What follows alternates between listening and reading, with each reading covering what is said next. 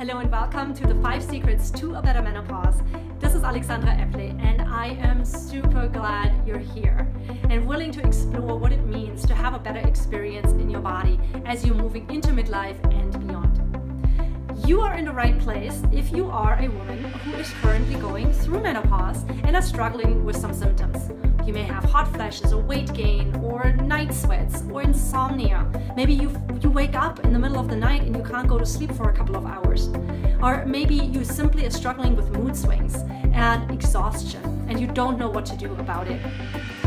You're also in the right place if you are approaching menopause and you're just kind of curious about what lays up ahead. And you're wondering, boy, what could I do so that I don't have to suffer through this period in my life like my mom did, my friends did, or somebody else that you know.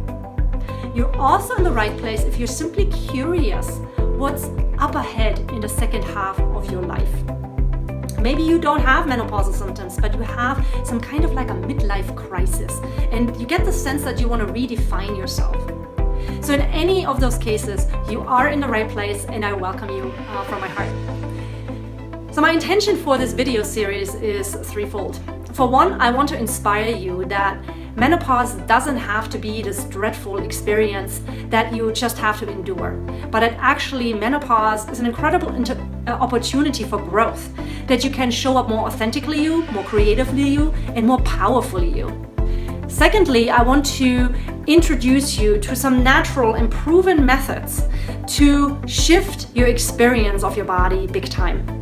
So by simply using natural methods that have been used for hundreds of years, we can actually have like a beautiful experience in the body, no matter what age we find ourselves in. And thirdly, I want to give you a next action step that you can take so that you actually start shifting your life and shifting your experience in your body so that you actually come out the other end better than when you started. So again, my name is Alexandra Epple and I'm super glad you're here once again. And I love sharing this stuff with you. And I've spent the last 15 years helping women to feel more alive and vibrant in their bodies so that they actually have a really cool experience as they are living their lives. And as you may wonder, what's this girl know about menopause? I'm 42. I'm actually not in menopause myself yet, nor have I gone through it. However, I've always been attracting women in their 50s into my life, and I've seen their journey. And through my studies of Thai body work, through Ayurvedic medicine, through yoga and meditation, I've come to know that there is natural and proven methods that we can do to actually have a great experience. And I'm going to share a few of them with you today or over the next 4 video series. So I'm going to go and hide behind my computer now so that you can follow along with some slides, and off we go. And to start out with, I would like to read a poem to you from the Native American tradition. And the poem goes like this. At her first period, a girl meets her wisdom. Through her menstruating years, she practices her wisdom. And at menopause, she becomes her wisdom. I really love this saying because it shows the amount of honor and respect older women were enjoying in the Native American society. And it's not always like that in our modern society. It is almost as if when we are getting older, we are worth less, we are paid less, we are not seen as valuable to society anymore. And really what this poem is saying, or the saying is saying, is that at menopause she becomes her wisdom, and that wisdom is necessary, it's powerful, it's needed, and there's so much honor that comes with that. So what is menopause really? That's me. What is menopause really? So when we look at it from the Western medical perspective, Western medicine defines menopause as the cessation of menstruation. So at the point when you have not had your period for at least 12 months, that's when you are in menopause. However, menopause is much more of a process than simply a point in time. It's really a span that can be up to 20 years long. The first menopausal symptoms can come up around 39 years of age, and they can still go on as late as 60. So we have a long time span where it's broken down into perimenopause, then the actual cessation of menstruation, and the entire next phase of your life, you are actually in menopause. So you can be in menopause for about 50% of your lifetime. So menopause is a process or process through which you're going rather than a point in time. So I shared with you earlier what my intention is for sharing this information with you, and it was inspiration. It was giving you practical tools, and it was giving you an action step that you can take to actually make a positive impact on your health, your body, your life. But really, there's one core message that I would like you to get. And it is simply the knowing that the body and the mind is one of the most needed resources that you have, the most valued resource that you have, that without it, you can't really live a happy and successful life. And Warren Buffett, who is one of the greatest investors of the 20th century, puts it like this. And you mind it, he is someone who spends a lot of his time thinking about finances, about money, and how to invest. But he says that the best investment advice that he can give us is this: you only get one mind and one body, and it's got to last a lifetime. Now, it's very easy to let them ride for many years, but if you don't take care of that mind and that body, they'll be a wreck 40 years later. So what he's really saying is that the best investment you can ever make is the investment in having a healthy body and a peaceful mind. So over these next 4 videos, I am not going to share with you the world-changing herb that was just discovered that will make your life amazing and your suffering go away. And I'm also not going to share complicated information about hormones necessarily in this class, although we will talk a little bit about hormones. But what I will be sharing with you is down-to-earth, practical tips and wisdom to get your life back on track, and so you can refine it and create more ease and joy despite the hormonal changes that might be happening, despite the spiritual shift that you might be experiencing. So one of the worst things that you can think of is that you know all this stuff already, because likelihood is big that I'm going to share things with you that on a subsurface level you already know. But I'm going to help you to put it into words to create more clarity. And once we can voice something and we have clarity in our mind, the path ahead is much more simple, it's much more easeful, and you know exactly what to do next. So I'm going to make a little attempt here to draw a ship. I hope you can see this as a ship. And this ship is headed for Europe, because I always like to go to Germany. That's where I'm from. And I visit there every year. So this time I'm going to go by ship, not by plane. And the thing is this: if you shift the degree by which this boat is going, guess where this boat is going to end up? It is going to end up in Africa. So on a completely different continent. The reason I'm sharing this with you is because if you just pick up a little tiny piece from this class and you adopt it into your life, and you make a 1 degree shift, just like the ship, you are going to end up in a different, more positive place. And that is really my promise to you, that when you stick with this and you listen to it and adopt one little thing into your life, that there is actually going to be a profound shift happening, whether that is in your physical body, in your emotional, spiritual, or mental body. So before we dive into the actual 5 secrets, I want you to take out a pen and paper. And we're actually going to get concrete here. And I want you to write down, and you can stop this video if you need to, but what are you struggling with physically? And write that down. So take a moment, write that down, pause, hit the pause button, and do it right now. What are you struggling with physically? And then reflect for a moment. What's up for you mentally and emotionally? Hit the pause button and let that flow out of you. Just a stream of consciousness writing. Don't think about it too much. Hit pause and start writing. And where would you like to be 3 to 6 months from now? Again, hit pause, write it down. And when you're ready, hit play again.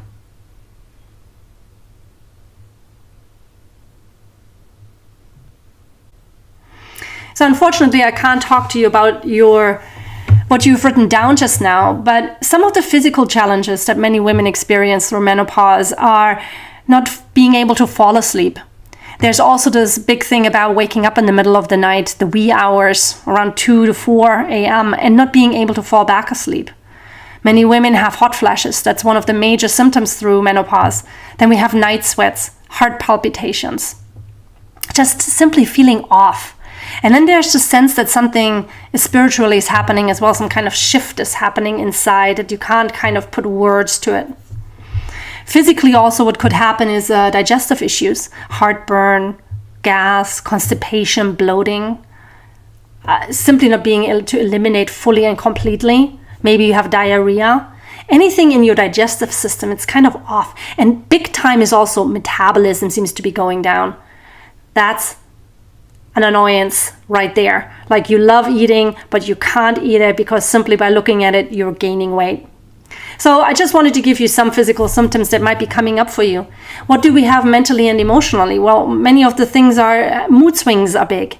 And often the sentence that comes is like, oh, my hormones are out of whack. I'm so wacko.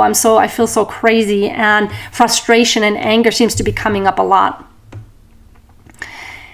And then where would you like to be 3 to 6 months from now? Many women say that they want to feel more peaceful. They want to feel more even in their moods. They want to just feel more happy again, more alive and more energetic, because exhaustion is one of those other things that seem to arise a lot during menopause. It's just exhausting to go through these physical, emotional, and mental changes. So whatever that is for you, keep that aside, keep it in the back of your mind, keep it aside, just so you're aware of what is actually happening for you right now. So let's dive right into the first secret.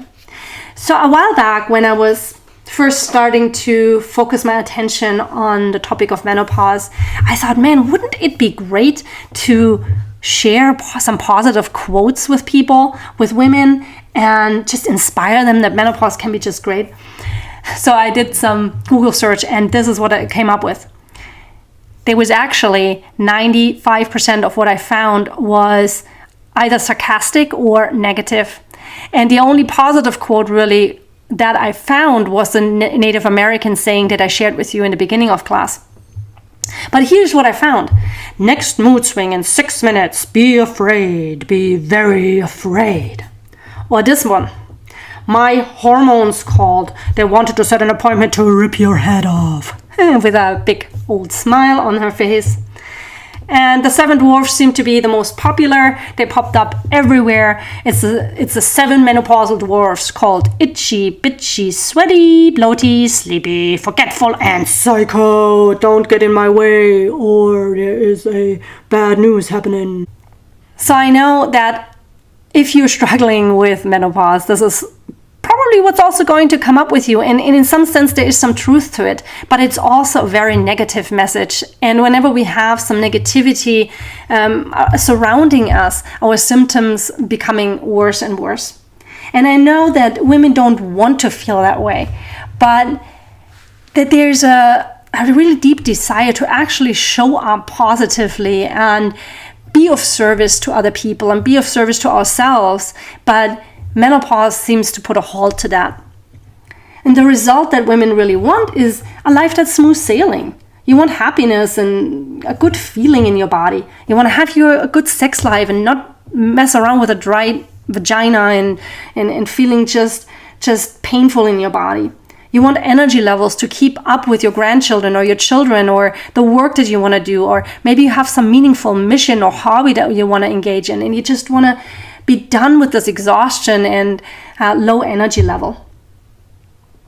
So the good news is, and I just want to share with you the first secret, is that menopause does not have to be a travesty in case menopause is an opportunity. Now, don't freak out. I'm going to explain why I'm saying that here in a minute. Generally, as a society, as women, we get a sort of sense like, yeah, there is this opportunity. I sort of like sense that, but I just can't put it quite into words. The problem is that the media heavily promotes that staying young and beautiful is the way to go. And there's not really a lot of value in wisdom. And that makes a lot of sense from the company's perspective, because what do companies want to do? Companies actually want to make money, and there's little money to be made from wisdom. But there is a lot of money to be made from wanting to stay young. You can sell Botox, and you can sell boob jobs and facelifts and butt lifts and anti-wrinkle creams, and you name it. Staying young is a big industry. And that's then also the message that they put out. And what are we bombarded with? Well, we're bombarded with advertisement from our computers, from our iPhones, from our iPads, from our any device that you can think of, from the television. And if we want it or not, if we inundate ourselves with a message, it's like brainwashing, and it alters the way we view the world.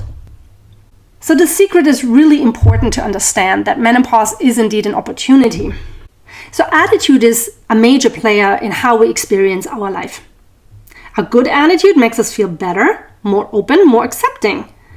And with acceptance and understanding, what is actually happening is that our experience will be more easeful and enjoyable. A while back, I interviewed a few women about their menopausal experience, and one woman was telling me about her struggles with hot flashes, which were quite intense. So she would be standing there in the middle of a crowd somewhere. She was in a meditation center, and she had hot flashes, and she was really embarrassed. And at first she tried to ignore it and push them away and kind of maybe excuse herself and run into the bathroom and just kind of try and play it over. But needless to say that she felt really embarrassed and inadequate with her hot flashes. And then one day it clicked into her head, and it's like, hang on a minute. I am a woman and I'm just having this experience. Why would I hide it or ignore it or not embrace it? That's just what's happening for me. So then she shifted her approach, and she simply said, while she was in conversation with somebody, it's like, oh, hang on a minute. I got a hot flash. I just got to deal with it. And so she took a few minutes, fanned herself, took off her sweater, and went on with her conversation. And she told me that with that approach, by simply embracing who she was and what she was experiencing, that her actual hot flashes were decreasing. They weren't quite as intense, and they weren't coming quite as often. So simply by accepting and shifting her mental attitude, she had a more positive experience. But the major thing that I want to share with you in this section is that there is actually something called the 4 stages of life. That when we understand these 4 stages, that we actually can find more acceptance and compassion for ourselves, and we understand more clearly how we can navigate our life. So here it goes, the 4 stages of life. So we have the first stage of life is called brahmacharya. That's a Sanskrit word. You do not have to remember this, but I do like to share it because I love Sanskrit and it has a lot of depth to it. But anyway, first phase of life, brahmacharya, it goes from the age of 0 to 25. And what's happening in this stage of life is that the aim is called dharma. You may have heard this word before. It's much in our English language now. Dharma refers to our purpose, our calling, and our God-given mission. It is this phase of life where we are first starting to explore and discover, who am I? What am I about to do in this world? What kind of food do I want to eat? How do I want to establish myself personally in my lifestyle? What does it even mean to be in this body? The second stage of life is called grahastha. Again, you do not have to remember this name. It runs from 25 to 50 years old. So just about till midlife, around menopausal time. And a major focus and aim in this life is called artha, which means wealth, stuff, security. Anything that has to do with accumulation of physical and material things. It's the time in our lives to have children. That's where we build our careers, where we focus on making money, where we accumulating also stuff that we need to live a secure and safe, happy life. So we in the second stage, we actually practice what we have learned in the first stage with Dharma. We refine our Dharma by bringing our gifts to the world. That's Artha, bringing our gifts to the world and actually contributing to society. So towards the end of Grihastha, menopause sets in and turns into Vanaprastha. That runs from 50 to 75 years. And when I first heard the aim of life during this phase, I was actually very surprised. It is Kama, which means pleasure or desire. So half of our lifetime has passed now. And it is time to turn towards ourselves again and find what it is that we want as women. What is our deepest down desire that we want to fulfill as a human being? It is not about other people anymore. It's not about our children anymore, or about our husband, or about career so much anymore, although there might be a big surge in career still. But it's not so much about other people anymore as it is about discovering who we are as women and then bringing our gifts forth more fully and really enjoying what we are doing. So Artha, the phase of Artha, is more like about the grunt work, about, okay, I'm just hunkering down, I'm going to work hard, and I'm just going to make things happen. And in the Kama phase of life, so that much of menopause relates to that, is about, wow, what kind of meaningful work can I do that's more in line with who I am and who I want to be. It's also that phase of life where we start to realize, hang on a minute, I'm around 50 now. That's half of my life. Have I done everything in this part of my life that I've ever wanted to do? It's a cause for reflection. Is it really the path I'm on? Is that really the path I want to be on? Or what do I need to refine, and what can I shift to actually get a more fulfilled experience in life? So that's the third stage of life. And then we find the last stage of life is called sannyasa, which runs from 75 to 100. That should say 75 to 100. And it's related to moksha, which is spiritual liberation or enlightenment, if you will. There's a certain sense of inner liberation. There's less attachment to the material. And we're starting to look more towards what's next, what's after this physical lifetime. And the veil between us and the subtler realms becomes thinner and thinner and thinner. This is the time in our lives where focusing on spiritual practice becomes absolutely non-negotiable. There is a natural pull even towards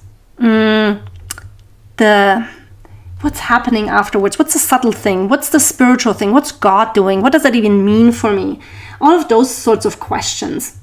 And naturally, we're letting go of the physical bondage to the planet Earth. There's a voluntary disengagement from the world, if you will. So this is another way of looking at it. You can download this on my website, The 4 Stages of Life, if you like. It's a beautiful chart you can hang up on your wall, or not wall, but maybe your refrigerator or something like that, and refer to it. So here's another way of looking at the 4 phases. It's, the first 50 years of our lives are all about accumulation of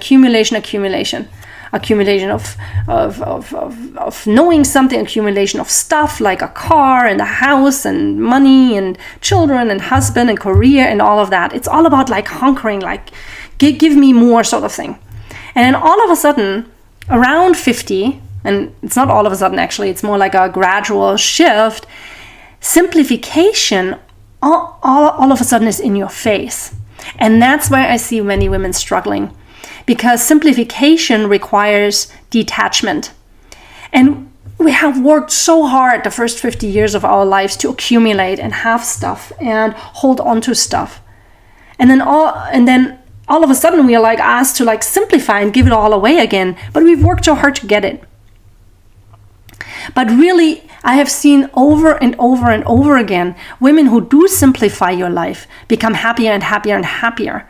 And the women who tend to hold on, whether that is something to material things or to their children or to the way their relationship is supposed to be, or whatever that attachment might be, when we're not willing to let the shifts actually carry us forward, that's when also physical symptoms are much more severe.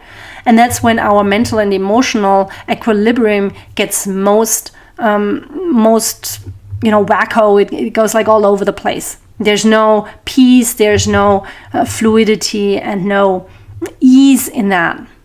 So the more we are able to let go, the more our physical, emotional, and mental symptoms will actually cease. So here's something that one of my students said in one of the classes, and she gave me that as a reflection when I asked, well, what insights have you gotten so far? And she said, oh my goodness, these 4 stages just gave me this great insight that I don't have to be someone I am no longer. I can actually allow my daughter to take over, and I can lean back and just be the advisor. Thank you. This is so helpful, Susan. So what she's really saying here is that when we come into the 3rd phase of life, we actually move away from having to do the grunt work. And we are moving more into the advisory role. So that's the Vanaprasha, the 3rd phase of life, is the advisory role. Whereas the 2nd phase of life, between 25 and 50, we are still strong and we are like physically like wanting to like make a difference and hunker down and do the grunt work and the hard work and the hard labor. And then we're so used to that MO that it is hard to let go. But really just having the realization of like, wow, I'm actually moving into the advisory role here. I don't have to go out and work 10 hours a day and hunker down, but I actually can ask someone else to do that for me. And I can remember actually having that same sort of thought with my mom, because my mom is a very hard worker, and she's a type A, and she likes to do stuff. And one day she wanted to power wash our not front yard, but the front area of the garage. And she said, well, would you do that for me? And I said, oh, absolutely. And she's like, oh, no, wait a minute. It's such hard work and I should do this by myself. I'll just do it by myself. And she was talking herself out of it. And I said, Mom, I can do this for you. I'm only 40. I'm strong. This is like a piece of cake for me. And she was arguing with me back and forth. And then I just let it go, and I just grabbed the thing and I started power washing, and it was done in half an hour. And it was, honestly, for me, it wasn't a big deal. And she just looked at me and she's like, oh my God, that would have taken it all out of me. My mom was like 70 at the time. She's almost 30 years older than me. So it's just like, wow, okay, there's this learning that an advanced in age person needs to learn about letting go and not having to have that need to do it all alone. So to close this session for today, I want to let you know that knowing what stage of life you find yourself in, it helps you to realize that menopause is indeed not a travesty, but it is just a shift into a different mode of operandum. That it actually can be an opportunity that you can embrace, and simply it's about creating the next you. It is not that the old you was bad, it's just that you're moving into new you, and you need to start embracing it and seeing it and just living it. And that takes you out of contracted place and into a more expansive place, which is anyway a much better place to be. It's a place of freedom.